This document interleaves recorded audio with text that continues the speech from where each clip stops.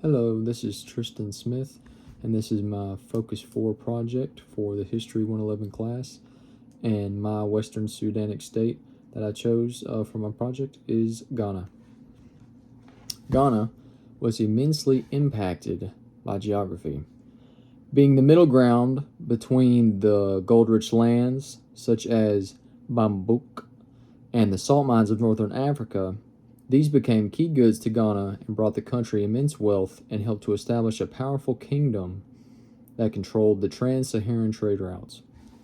It was Ghana's location at the crossroads of these trade routes that gave it its significant advantage. The grasslands of the region, also known as the savanna, provided a fertile soil which allowed the state to produce enough food such as sorghum and millet, don't know how to pronounce that, to sustain a large populace and sustain larger armies, which added to their power.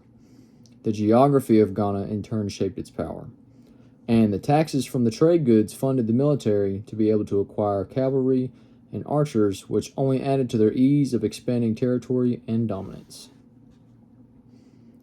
As was Ghana's wealth attributed to its geography and centralized location among trade routes, the relationship between Ghana and Islam can also be contributed to these same trade routes.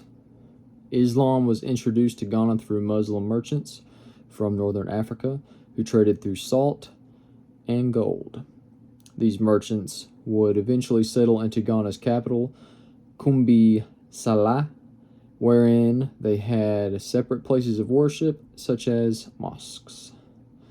African kings kept Muslim influence separate in this way and segregated their communities through containment. Soon, not only the Ghana commoners began converting to Islam, but also the Ghana elites who blended the Muslim practices with local traditions. In the end, African Muslims would push for this mixture of cultures to cease, and they wanted to implement Shahara, which is the divine path of conduct for those who practice the Islamic faith. Islamic learning centers also began to emerge in places like Timbuktu, which became focal points for teaching. Ghana was an absolute monarchy, wherein the king was seen as its sole ruler who embodied justice and religion. The king ensured the stability and protection of his realm through his military, who were strengthened through cavalry and archers. These men protected the trade routes and also enforced tribute from states that Ghana had conquered. These smaller states, which surrounded Ghana, were made to pay tributes and taxes, which helped solidify Ghana's power and its grip on neighboring lands. The power and dominance Ghana had over the land through their powerful rulers had its peaking point and golden age during the 9th through the 11th centuries.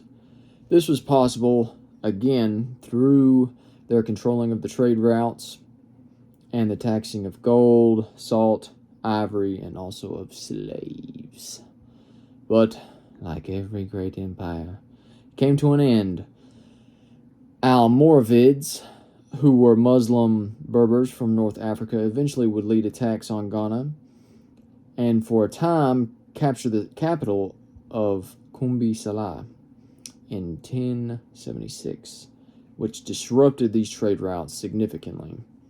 This was coincided by a prolonged drought, which restricted agricultural production and strained resources for the empire. Through the shifting trade routes, Ghana's wealth was diminished and thus power was decentralized. Soon, the neighboring lands who were previously conquered sought their independence. In these moments of weakness, which led to internal civil wars, the Susu was one of them, and through their fight for independence, they took control over a large portion of Ghana. And in 1235, Sundiata Keita of the Mali defeated the Susu and in turn gained control over the rest of Ghana. His forces would seize the capital and its territories into the Mali Empire. Thus reaches the end of the Empire of Ghana. Hopefully, I will include I will include a works cited page in my script when I upload the video, and I will put that in on my assignment. I hope that the year has come to an end well. I know that it has ended well for me, and thank you for watching.